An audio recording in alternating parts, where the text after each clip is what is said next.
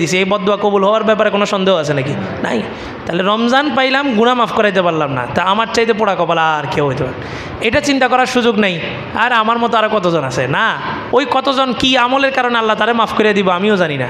আমার মনে করতে হবে যে আল্লাহ মনে হয় এই বছর পুরা পৃথিবীর সবাইরে মাফ করব, আমার মাফ করব না, এটা ভয় থাকতে হবে। হযরত ওমর বলেন, আল ইমান বাইনাল খৌফ ওয়াত তামান্নি, ইমান আশা এবং ভয়ের মাঝখানে ঝুলন্ত। কেমন? বলে যে হাসরের মাঠে যদি আল্লাহ তাআলা ঘোষণা দেয় যে আমি পুরা তামাম পৃথিবীর সবাইকে জাহান্নামে দিব, একজনকে জান্নাত দিব, হযরত ওমর বলেন আমি আমি আশা করি আল্লাহর কাছে যে ওই একজনই কে? আমি। আবার আল্লাহ যদি বলে যে পুরা পৃথিবীর সবাইকে আমি জান্নাত দিব, একজনকে জাহান্নাম দিব, আমি ওমর ভয় করি ওই একজনই মনে হয় আমি। তাহলে আশাও থাকতে হবে, ভয়ও থাকতে হবে। আমি তো মনে করছি বাস রমজান আসছে মানে আল্লাহ মাফ করে দিব। আল্লাহর কি ঠেকা পড়ছে আপনারা মাফ করবে? আপনি সারা বছর আল্লাহরে দেখায়া, আল্লাহর খায়া, আল্লাহর জমিনে থাইকে আপনি আল্লাহর কি বিদ্যাঙ্গুলি দেখাইছেন। তো রমজান মাস আপনাকে আল্লাহ মাফ করে দিবে। বাপেও চায় ছেলেরে মাফ করে দিই, কিন্তু বাপে চায় যে ছেলে আসি একটু মাফ চাক, মাফ চাইলে আমি মাফ করে দিব। কিন্তু আমি যদি বলি যে বাপ তোরে মাফ করে দিছি, তাতে আরও বেয়াদব হবো। বাপেও চায় ছেলে আসি কি বলুক, মাফ চাক। আল্লাহও চায় বান্দা 11 মাস গুনাহ করছে, রমজান আসুক, অনুতপ্ত হোক, অনুশোচনার 2টা হাত আমার দিকে বাড়াক। কিন্তু বাধা ছিল কে? শয়তান। 11 মাস বান্দা হাত উঠাইতে পারে নাই, কেন? শয়তান। শয়তান আল্লাহর কাছে কয়, শয়তানের ঠিকানা ছিল কই? ইবলিসের ঠিকানা ছিল জান্নাত। ইবলিস ফেরেশতাদের কি ছিল? সর্দার ছিল। তাতে ছিল জান্নাতের সর্দার, জান্নাতে তার উঠা বসা সব কিছু, খাবার দাবার সব জান্নাতে ছিল। ইবলিস জাহান্নামী হয়েছে কার কারণে? হ্যাঁ, আদম আলাইহিস সালাম, আমাদের কারণে। ইবলিস জাহান্নামী হয়েছে কার কারণে? আমাদের কারণে, আদম আলাইহিস সালামের কারণে। তো ও জিদ করে আল্লাহরে বলছে ঠিক আছে 2টা শর্ত। কয় কি? কয় যে আংজিরনি ইলা ইয়াউমি ইউবাসুন, আপনি আমার হায়াত বাড়াই দিন কিয়ামত পর্যন্ত। কি কোন? আপনারে যদি কই যে আপনি মরবেন না জীবনে, আপনি হায়াত কি কিয়ামত পর্যন্ত, তো প্রধানমন্ত্রীর দাম নেই হইবেন, আপনি সবগুলারে মারি ফেলাইবেন। ইবলিস যখন আল্লাহ বলছে ইন্নাকা মিনাল মুনজারিন, যা তোর এই আশা আমি পূরণ করছি, তুই কিয়ামত পর্যন্ত বেঁচে থাকবি। কিতাবের মধ্যে আসছে শয়তানের 2 রানের মধ্যে 2 লিঙ্গ, ডান পাশের রান পুরুষ, বাম পাশের রান মহিলা।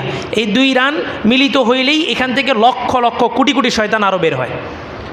আর বান্দার আমলের কারণে শয়তান তৈরি হয়, সেটা হচ্ছে হাতে তালি। নেতা আসছে, নেতা এটা কি মানুষ না ইবলিস? বুঝবেন কেমনে? নেতা আসার সাথে সাথে সবাই কি দিছে? তালি দিছে। নেতা মানুষ হলে তো আমরা যে কয়জন আছি যথেষ্ট নেতারে প্রটোকল দেওয়ার জন্য, কিন্তু নেতা আগা গোড়া পুরাটা ইবলিস। মুখে নেই দাড়ি, এবার সবাই কি দিছে? তালি। কারণ নেতার সাথে শুধু মানুষ না, কিও লাগবে, শয়তানও লাগবে। কথা বুঝেন নাই? এটা কোরআনের কথা, আমি তো কারো বিরুদ্ধে কইয়েন না। এখন এই সুরির বয়ান করছে আর একজন খেপিয়ে গেল, হুজুরে মনে হয় আমারই কইছে, পুরা বয়ান মনে হয় যে আমারই কইছে, তা আপনি চুরি বাদ দিয়ে দেন, তাইলেই তো হইল। আল্লাহ আপনারে বানাইছে কার গোলামি করার জন্য? আল্লাহর গোলামি করবেন, আপনার মানুষের পিছনে ঘুরেন। আল্লাহ। তো 11 মাস তো ইবলিস আল্লাহর কাছে প্রথম দাবি কী করছে? কিয়ামত পর্যন্ত কি দিতে হবে? হায়াত বাড়ে। তা আল্লাহ বলছে যা। দ্বিতীয় নাম্বার বলে যে মানুষের রগে রগে রক্তকণার ভিতরে পর্যন্ত আমার ঢোকার অধিকার দিতে হবে। মানে আমি চাইলেই যে কারো কী করবো, শরীরের সমস্ত অঙ্গ প্রত্যঙ্গের মধ্যে দৌড়াদৌড়ি করতে পারবো, কিন্তু নবীদেরকে পারবে না। কেন পারবে না? শয়তান সর্বপ্রথম তার যে চিকন সুরটা ঢুকায়, এটা ঢুকায় হচ্ছে এই যে দিক দিয়া, পিঠের এখান দিয়া, 2 কাঁধের মাঝখানে। এখান দিয়ে ঢুকাইলে কল্পটা হচ্ছে বাম পাশে, এখান দিয়ে খুব কাছে। সামনে দিয়ে ঢুকাইলে তো আপনি দেখবেন শয়তান ঢুকার, অনেকের অন্তর্দৃষ্টি খোলা আছে, তারা শয়তানকে দেখে, দেখছেও, ঘটনা আছে। তো এই জন্য শয়তান সুর ঢুকায় কোনখান দিয়া? পিছন দিয়া। পিছন দিয়ে এখান দিয়ে ঢুকাইলে কলপটা খুব কাছে। তো আল্লাহর রসুলকে যেন শয়তান ধোকা না দিতে পারে, আল্লাহর রসুলের মোহরে নবুয়তে সিলমোহরটা কোথায় ছিল? নবুয়তে সিলমোহরটা পিছনে। একদম জন্মগতভাবে শয়তান থেকে আল্লাহ রসুল কি মাহফুজ। আর একদল মানুষ আছে, এরা কি কয় নবীরা গুনাহ করছে। কত বড় নাফরমান এগুলা, কত বড় নিমুখারাম। নবী গুনাহ করলেও তোমার দরকার আছে বলার? এদের কাজ কি? এদের কাজ হইলো বাস নবীদের বিরোধিতা করা, সাহাবীদের ভুল ধরা, উম্মতকে বিভক্তি করা, এছাড়া আর কোনো কাজ নেই। কয় যে তারাবি কি 8 রাকাত। এরা চায় যে মানুষ আমল না করুক, কয় নামাজের পরে মুনাজাত নেই, এটা নেই ওইটা নেই। তারাবি 20 রাকাতের জায়গায় তোমার বলার দরকার ছিল তারাবি 40 রাকাত হোক, কারণ তারাবি 20 রাকাতে তুমি কার সাথে কথা বলতেছ? আল্লাহর সাথে কথা বলতেছ। তাহলে মানুষ চায় আরও বেশি কথা বলি, প্রধানমন্ত্রীর সাথে আরও বেশি কথা বলি, না ওখানে 8 রাকাত। তা আপনারা যদি 8 রাকাত বানেন তো 180 হবো তারাবি, এটা সুন্নতে না, এটা পড়লে কি না পড়লে কি বাদ। তো নবীর সিলমোহর মাইরে দিছে, জন্মগতভাবে নবীকে শয়তান ধোঁকা দিতে পারবে না। আর নবীকে যদি শয়তান ধোঁকা না দেয় তাহলে নবী কি গুনাহ করতে পারবে? নবীর দ্বারা গুনাহ হওয়া সম্ভব না অসম্ভব? অসম্ভব। আচ্ছা মানলাম নবী গুনাহ করছে, কথার কথা ওই শ্রেণীর মানুষ যারা বলে যে নবীরা ভুল করছে এদের কথা মাইনা নিলাম কিছুক্ষণের জন্য, আল্লাহ হেফাজত করুক। আচ্ছা বলেন নবীদেরকে কে পরিচালনা করে? নবীকে কে পরিচালনা করছে? ওমা ইয়ান্তিকু আনিল হাওয়া ইন হুয়া ইল্লা ওয়াহয়ুন ইউহা। আল্লাহ তাআলা বলেন কোন নবী মুহাম্মদ সাল্লাল্লাহু আলাইহি সাল্লাম তার নিজের থেকে একটা শব্দ বলার অধিকার নেই, যাই বলছে কার আদেশে। এখন মনে করেন আমার আকবর মামা আমার কথা চলে, এই মেয়ে যদি কোনো ভুল করে ভুলটা কার উপরে যাব? আমার উপরে আসবো।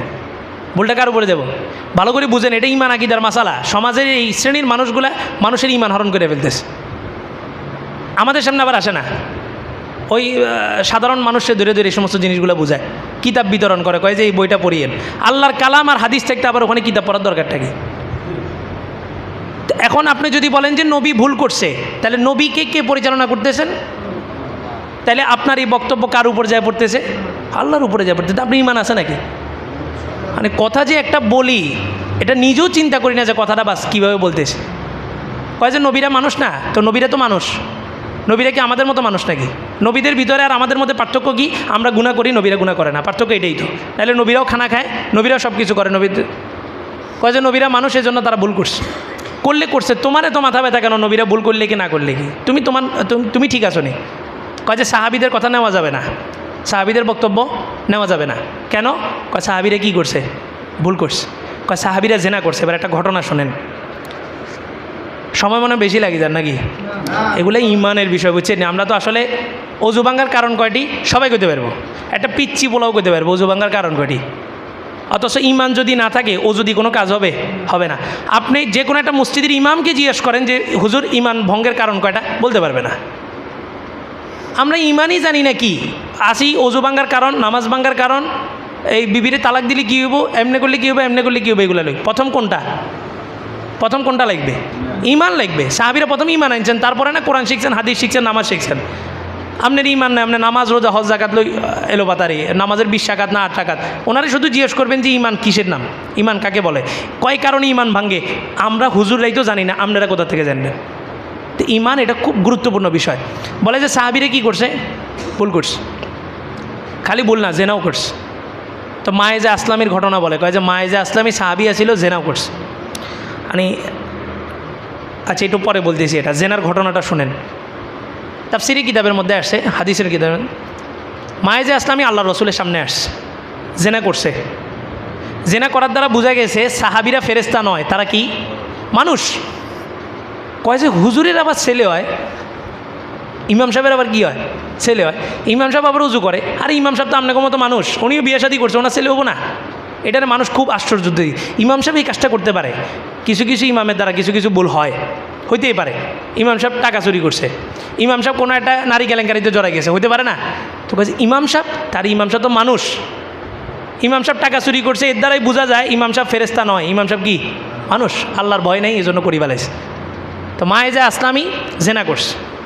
আপনি আর আমি জেনা করি কী করছি, বাস আস্তে করে ফিটফাট হয়ে গেছি গা। কোথাও যদি জেনা করি গেছি গা, আমরা তো জেনা মনে করি ফিজিক্যালি। জেনা শুধু ফিজিক্যালি না, আপনি মোবাইলে যে পরনারীর ছবি দেখছেন এটাও জেনা, কানে যে পরনারীর সাথে কথা বলছেন এটাও কি কানের জেনা, সব অঙ্গ প্রত্যঙ্গে জেনাস। মায়েজা আসলামী জেনা করার পরে ভয় ঢুকছে, আমি আর আপনি জেনা করে তো বাস বেরিয়ে হয়ে গেছি, বাপের বেটা, কেউ দেখে নাই। কিন্তু সাহাবীর মধ্যে কী ছিল? আল্লাহর ভয় ছিল। আসছে রাসূলের সামনে, আয়েশা বলে ইয়া রাসূলুল্লাহ, এমন এক অন্যায় করছি, আমি যদি এই অন্যায় দুনিয়াতে যদি মাপ না নিয়ে যদি মরি তো আমার আখিরাত শেষ। কয় কী করছো? কয় ইয়া রাসূলুল্লাহ ইন্নী জানাইতু, আমি জেনা করছি। আপনি পারবেন কারোর সামনে স্বীকারোক্তি দিতে? কোনো হুজুরের কাছে যাই বলতে পারবেন হুজুর আমি তো চুরি করি ফেলেছি, আমি তো জেনা করছি, আমার আপনি পবিত্র করেন? পারমু আমি আপনি বলতে? পারব না। কেন? আমার আর আপনার মধ্যে কি নাই? আল্লাহর ভয় নেই। আমার আর আপনার চিন্তা হইলো কি, কেউ তো দেখে নাই, আর আল্লাহ যদি দেখতো তো মারে না কা। আমার আর আপনার মধ্যে এরকম একটা মনোভাব এসে গেছে, গিরে এত বছর ধরে সুদ খাই, আল্লাহ যদি দেখতো তাহলে মারে না কা। তার মানে খাই, সমস্যা কি? সাহাবী আল্লাহ রসুলের সামনে আসছে, সামনাসামনি বসে বলে ইন্নী জানাইতু আনতা তাহিরনি, আমি জেনা করছি, আপনি আমাকে পবিত্র করেন। রাসূল বলে সক্ষণ দূর হও, মা জানাইতা তুমি জেনা করো নাই, দেখ। রাসূল ডান দিক ঘুরে বসছেন, মায়ে যে আসলামী ওইটা ডান দিকে আসছে, আইসা বলে ইয়া রাসূল আল্লাহ ইন্নি জানাই তো, অবশ্যই আমি জেনা করছি। আনতা তখেরিনি, ইয়া রাসূল আল্লাহ আপনি আমারে কি করেন, পবিত্র করেন। রাসূল বললেন মা জানাইতা সক্ষণ তুমি জেনা করো নাই, দূর হও, বাল নাজরতা তুমি হয়তো কোনো নারীর দিকে তাকাইছ, যাও যাও কোনো সমস্যা নাই, যাও যাও যাও। রাসূল বাম দিকেই ঘুরছে, সাহাবি ডান থেকে ওইটা বামে আসছে। আয়সা বলে ইয়া রাসূল আল্লাহ ইন্নী লাকত জানাই তো, গুরুত্ব দিয়া বলছে রাসূল আল্লাহ অবশ্যই অবশ্যই আমি কি করছি, জেনা করছি। আনতা তহিরনি আপনি আমারে পবিত্র করেন। আল্লাহ রসুল লাগাই গেলেন, এতবার বলা লাগে সক্ষণ দূর হ। মা জানাই দা তুই জেনা করস নাই, বাল লামাস্তা তুই হয়তো ধরছস, তুই হয়তো কী করছস, কারো হাত ধরছস, কিন্তু তুই জেনা করতে পারছ না, তুই সাহাবি বাক। আল্লাহ রসুল পিছন দিক ঘুরে গেছেন, সাহাবি পিছন দিকে আইসা বলছে ওয়াল্লাহ আল্লাহ শপথ করে বলতেছি ইন্নী লাকত জানাইতু আমি অবশ্যই যাই না শুই না সজ্ঞানে জেনা করছি এবং আপনার কাছে সজ্ঞানে স্বীকৃতি দিতেছি।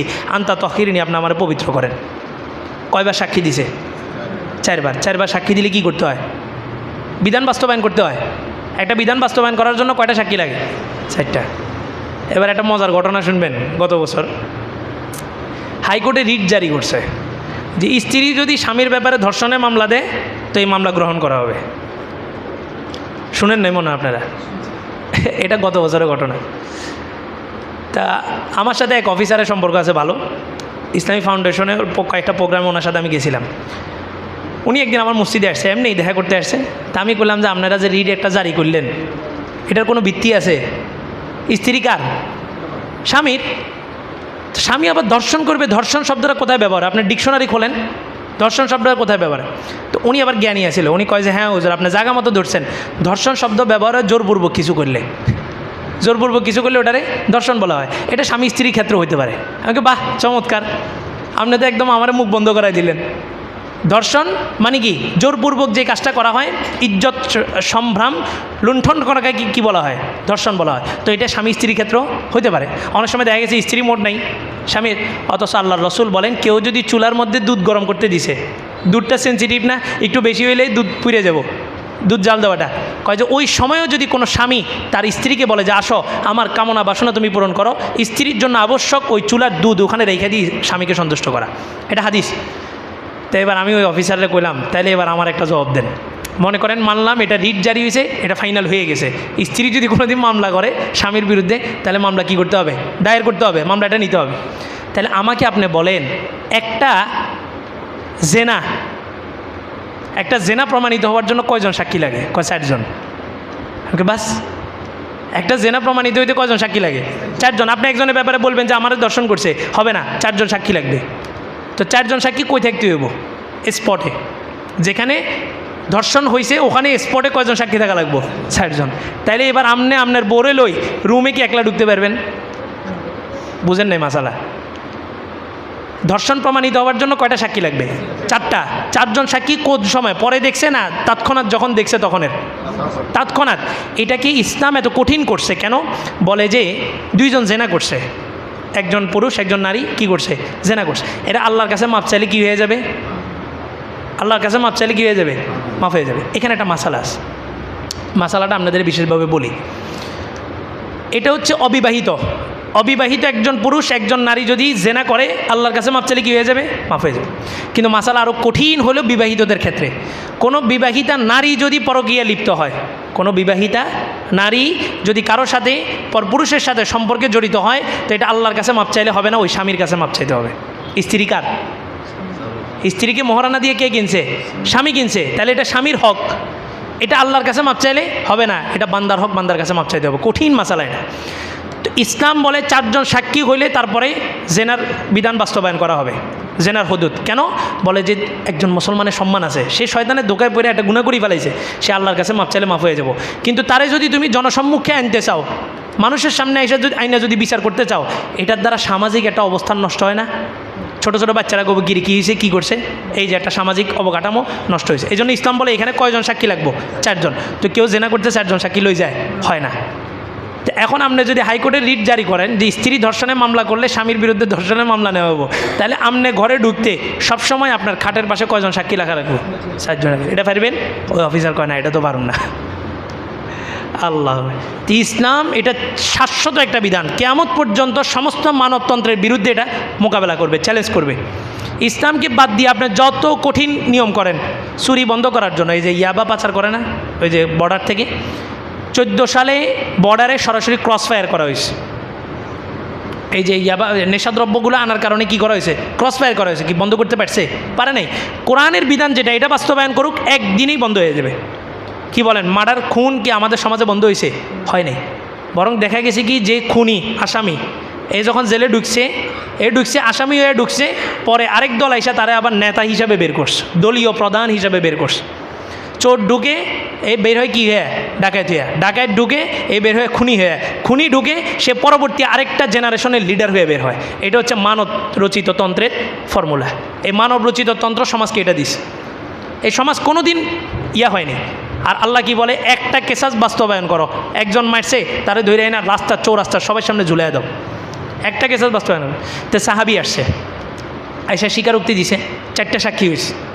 এখন 4 সাক্ষী হইলে রাসূল বাধ্য। 4 জন যখন সাক্ষী হয়ে গেছে, রাসূল বললেন যে ঠিক আছে, হাফিরো ওয়ারাজ্জিমু, তার জন্য একটা গর্ত খনন করো, তাকে পাথর নিক্ষেপ করো। এবার মাইজা আসলামী বিবাহিত পুরুষ জেনা করছে, বিবাহিত পুরুষ জেনা করলে নিয়ম হচ্ছে তাকে অর্ধেক মাটির মধ্যে গাইডা পাথর মারতে মারতে শেষ করে দেওয়া। কারণ কি? ইসলাম কত কঠিন না এখানে? আরে না, ইসলাম এখানে কঠিন না, ইসলাম সহজ করছে তোমার জন্য। তুমি একটা বিয়ে করছো, চাহিদা পূরণ হইতেছে না, আরেকটা করো, 4টা বিয়ে করতে পারবা, তারপরে কি করো না, জেনা করো না। ইসলাম তোমার কয় যে ইসলামে চুরি করলে কি করে দে, হাত কেটে দে। নাস্তিকরা এখন বলে কয় ইসলামী হুকুমত যদি কায়েম হয়, সমাজে আর কারো কি থাকবে না, হাত থাকবে না। এতে মনে করছে হেতেও চোর, সমাজের সবাই কি হাতের মতো চোর। আফগানিস্তানে ইসলামী হুকুমত কায়েম হয়েছে না, কয়জনের হাত কাটছে? কয় যে ইসলাম এত কঠিন, চুরি করলে কি করে দিবে, হাত কেটে দিবে। এটা ভুল কথা, ইসলাম এটা বলে নেই। ইসলাম বলছে প্রথমে জাকাত প্রতিষ্ঠিত করো। জাকাত যেই সমাজে প্রতিষ্ঠিত হবে ওই সমাজে কোনো অভাব থাকবে না। অভাব না থাকার পরেও যেটা চুরি করবো এটা স্বভাব নষ্ট, এটারে হাত কাটো। আর এটারে হাত কাটা শুরু হবে এখান থেকে না, শুরু হবে প্রথম রাষ্ট্রীয় গভর্নরদের থেকে। প্রশাসনের কেউ যদি চুরি করে, লাখ লাখ টাকা কোটি কোটি টাকা দেশের বাইরে পাঠিয়ে দিয়েছে, আগে ওটার হাত কাটা হবো, তারপরে মন্ত্রীদের, তারপরে চেয়ারম্যানের, তারপরে মেম্বারের, তারপরে জনগণের। হাত কাটার বিধান কোনখান থেকে আসবে? প্রশাসন থেকে। প্রধানমন্ত্রী চুরি করলে প্রথম প্রধানমন্ত্রীর হাত কাটা হবে, তারপরে পার্লামেন্ট, মেম্বার অফ পার্লামেন্টের সদস্যদের হাত কাটা হবে, তারপরে চেয়ারম্যান, তারপরে মেম্বার, তারপরে টিউনো যা আছে, তারপরে যে হচ্ছে জনসাধারণ। এবার ইসলাম সহজ না কঠিন? সহজ। এই বিধানে গেলে চুরি বন্ধ হয়ে যাবে। তা মায়েজা আসলামীকে শরীর অর্ধেক মাটির মধ্যে গাড়া হয়েছে, গাড়ার পরে চতুর্দিক থেকে পাথর মারা হয়েছে, মারতে মারতে মারতে। ইসলামের বিধান, কিছু করার নাই, মানবতা দেখানোর কোনো সুযোগ নেই, এটার মধ্যে কোনো মানবতা নাই। কাজে হত্যার আসামি মার্ডার করে গেছে 24-এর রেভলিউশনে, এখন সে আবার টাকা দিয়া প্রতিষ্ঠিত হয়ে যেতেছে। কয় যে তারা মারছে, এখন যদি তাদেরকেও মারি তো এটা কী হবো, মানবতা বিরোধী। তো তারা যখন মারছে ওটা মানবতা বিরোধী ছিল না। মানুষ মার্ডার করছে, মানুষ মার্ডার ক্রাইম, এটা হচ্ছে সর্বোচ্চ ক্রাইম, এর উপর আর কোনো ক্রাইম হতে পারে না। যেই ব্যক্তি মানুষ হত্যা করতে পারছে তার কাছে পৃথিবীর কোনো অপরাধ নাই। আর যে একজনকে হত্যা করতে পারছে সে 100 জনকে হত্যা করতে পারবে, তার জন্য এটা কোনো বিষয়ই না।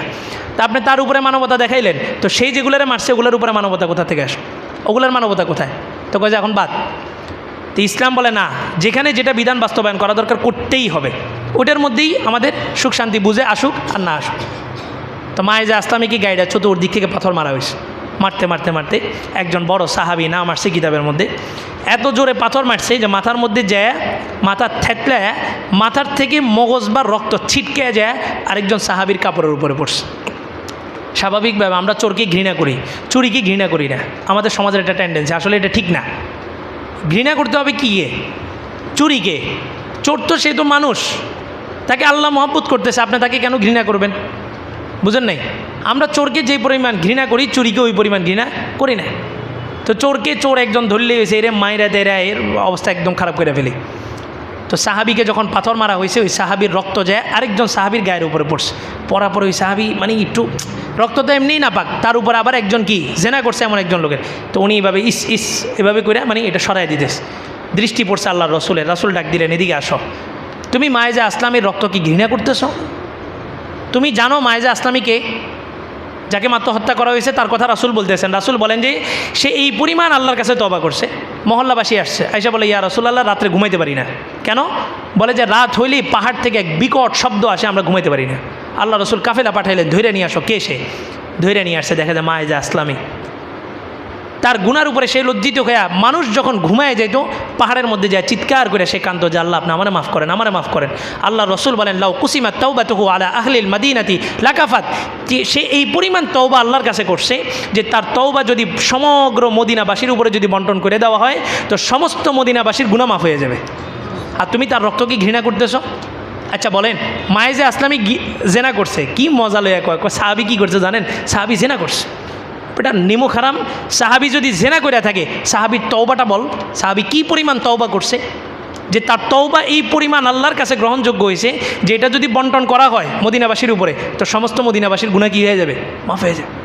মনে রাখবেন, সহজ বাংলা একটা কথা বলি, আপনি দল করেন না, কেউ এই দল, কেউ ওই দল, কেউ ওই দল, মনে রাখবেন আখেরাতে প্রত্যেকেই আল্লাহর কাঠগড়ায় দাঁড়াইতে হবে, প্রত্যেকেই কাঠগড়ায় দাঁড়াইতে হবে, জবাব দিতে হবে। আর যদি আপনি দল না করেন, আপনি নামাজ পড়ছেন, রোজা রাখছেন, হজ জাকাত নিজের আমল করছেন, আল্লাহর কাঠগড়ায় দাঁড়াইতে হবে না। কি বলেন? নামাজ পড়তে হলে কি দল করা লাগবে? রোজা রাখতে দল করা লাগবে? তো এমন দল আপনি কেন করতেছেন যেই দল নাম দিয়ে পুরো ইসলামটাকে শেষ করে দিতেছে? আপনার ইমান আকিদা কোথায় গেছে? নামাজ বড় বিষয় না, ইমান বড় বিষয়। আপনার ইমান নাই, 50 বছর নামাজ পড়ছেন, কি কাজে আসছে? আপনার ইমান আছে, ইমানটাকে ঠিক রাখছেন, এক ওয়াক্ত আখলিস দিনাকা ইয়াকফিকাল আমালুল কলিল, তোমার ইমান আমলকে কি করো? খাঁটি করো। অল্প আমল, অল্প আমল মানে কি? একটা সেজদা যথেষ্ট। কিন্তু আপনার সমস্ত কুফর তাওহীদ বিরোধী সমস্ত চিন্তা চেতনা আপনার মস্তিষ্কের মধ্যে রাখছেন, হাজার ইবাদত করবেন, কি হবে? তো সাহাবিদের, আচ্ছা এবার মানলাম সাহাবিরা ভুল করছে, হে তওবা করলো, হে কী করছে? ভুল করছে, সাহাবি বাদ। সাহাবির কথা মানা যাবে না, কে বলতেছে? আমি। কথার কথা, সাহাবির কথা মানা যাবে না, বলতেছে কে? আমি। এবার আপনারা আমারে জিজ্ঞেস করলেন, হুজুর আপনি যে বললেন সাহাবিদের কথা মানা যাব না, কেন যাব না? আমি বললাম সাহাবিরা সবাই ভুল করছে, এদের কথা মানা যাব না। তো এবার আপনি আমারে প্রশ্ন করেন, হুজুর আপনি কি ভুলের ঊর্ধ্বে? সাহাবির কথা মানা যাবে না, সাহাবি ভুল করছে, আপনি কি ভুলের ঊর্ধ্বে? আপনার কথায় কেন সাহাবি বাদ দিব? আচ্ছা মানলাম সাহাবি বাদ, সাহাবি বাদ দিই, এবার আপনার ইসলামটা রাসূল পর্যন্ত পৌঁছান তো দেখি। আপনার ইসলামটা রাসূল পর্যন্ত পৌঁছান, মাঝখানে সাহাবি। আমার দাদা মনে করেন উনি, আমি আমার বাপের এগুলো আমার বাপ না হলে গিয়েছে, বাপ বাদ, তো বাপ স্যার আমি দাদা পর্যন্ত যাইতে পারবো? আমার বাপকে বাদ দিয়ে দাদা পর্যন্ত যাওয়া যাবে? তো সাহাবি ভুল করার কারণে সাহাবি যদি মাইনাস হয়, সাহাবি মাইনাস, তা আপনার ইসলামটা রাসূল পর্যন্ত নেন। রাসূল কি কোরআন লিখছে? এই কোরআন কে লিখছে? সাহাবিরা লিখছে। এই কোরআন সাহাবিদের জামানায় লেখা হয়েছে। হাদিস সহি না দঈফ কে বলছে? সাহাবিরা বলছে, বুজুর্গরা বলছে। তো এদেরকে যদি আপনি বাদ দেন, কোরআন কই, হাদিস কই, আপনার ইসলামটা রাসূল পর্যন্ত গেল কই? এটা তো একটা চেইন, এটা একটা শিকলের কি চেইন, তো চেইনের মাঝখান দিয়ে যদি কাইটা দেন আপনার রাসূল পর্যন্ত যাচ্ছে? আচ্ছা না, সহজ একটা বিষয়। এই জন্য মনে রাখবেন, আমল অনেক করতে হবে, এটা আবশ্যক নয়, তবে যতটুকুই করবেন বিশুদ্ধভাবে করতে হবে। ইমান আমলকে কি রাখতে হবে? বিশুদ্ধ রাখতে হবে। আর আমাদের শ্রম দেওয়া দরকার ইমানের পিছনে। সাহাবায়ে কেরাম বলেন তাআল্লামনাল ঈমান সুম্মা তাআল্লামনাল কোরআন, আমরা প্রথমে ইমান শিখছি, তারপরে না কোরআন শিখছি। এই কারণে সাহাবিরা দ্বীনের জন্য এত কোরবানি দিয়েছেন। আর আমরা এখন মনে করেন পুরা কোরআন মুখস্থ, কোরআনের কত তর্জমা কত কিছু আমরা জানি, কিন্তু আমাদের কি নেই? ইমান নেই। আন্ডারগ্রাউন্ডের মাদ্রাসার কথা বললাম না, আন্ডারগ্রাউন্ডের মাদ্রাসাগুলোতে কোরআন হাদিস সব শিক্ষা দেয়, এগুলো কি মুসলমান? সব বিধর্মী। কি করে এরা বিভিন্ন জায়গায় যায় মুসলমানদের ভিতরে বিতর্কগুলো তৈরি করে, ফিতনাগুলো তৈরি করে। আল্লাহ আকবার। এই জন্য আল্লাহর কাছে খুব দোয়া করবেন। এমন একটা দ্বিধাদ্বন্দ্বের মধ্যে আছেন, কারে অনুসরণ করবেন? এই ইমাম সাহেবকে যদি মানেন, এই ইমাম সাহেবকে, ওই ইমাম সাহেব খারাপ, ওটারে মানলে ওটাকে এটা খারাপ, আপনি কারে মানবেন? আপনি আল্লাহর কাছে দোয়া করেন।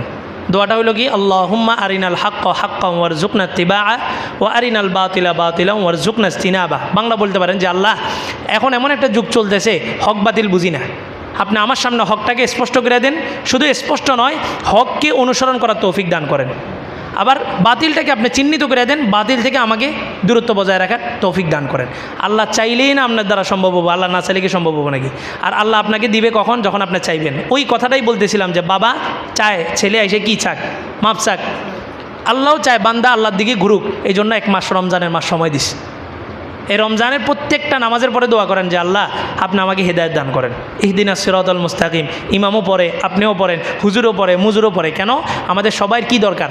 হেদায়েত দরকার। কে হেদায়েতের উপরে আছে গ্যারান্টি দিতে পারবো নাকি? যে বলবে যে আমি হেদায়েতের উপরে আছি, মনে করবেন যে ওটাই সবচাইতে বড় ভণ্ড। যে বলবে যে আমি যেই কাজটা করি এটাই একমাত্র ইসলাম আর সবগুলা বাদ, মনে করবেন ওটাই কি? গুমরাহ। এটা ইমাম সাহেবও যদি বলে যে আমি যেটা করতেছি এটাই একমাত্র হক, বাকি সবগুলা বাতিল, তো ইমাম সাহেব কিসের মধ্যে আছে? গুমরাহির মধ্যে আছে। কোনো মাদ্রাসাওয়ালা যদি বলে যে পৃথিবীতে একমাত্র ইসলাম মাদ্রাসার মধ্যে আছে আর কোথাও নাই, তাহলে মাদ্রাসাও কি? গুমরাহির মধ্যে আছে। তাবলিগওয়ালারা যদি বলে যে একমাত্র হক কাজ কি? তাবলিগ, আর কোনো কাজ কি নাই, হক নাই, তাহলে তাবলিগ কি? গুমরাহ। পীর মুরিদি পিসাব যদি বলে যে আমার কাছে আসলেই হেদায়েত, আর কোথাও হেদায়েত নেই, ওই পিসাবও কিসের মধ্যে আছে? গুমরাহির মধ্যে আছে। মনে রাখবে সবগুলা কাজ ইসলামের, সবাই সবাইয়ের আপন জায়গা থেকে। বাকি আপনি কাকে অনুসরণ করবেন? আল্লাহর কাছে দোয়া করেন। দোয়া করতে করতে করতে করতে হঠাৎ দেখলেন যে এই দলটার প্রতি অথবা এই হুজুরদের প্রতি অথবা অমুক হুজুরের প্রতি আমার দিলটা একটু নরম হয়েছে, তাহলে বুঝবেন যে এটা কার পক্ষ থেকে হয়েছে? আল্লাহর পক্ষ থেকে হয়েছে। আল্লাহ তাআলা কথাগুলো বুঝার আমল করার তৌফিক দান করুন।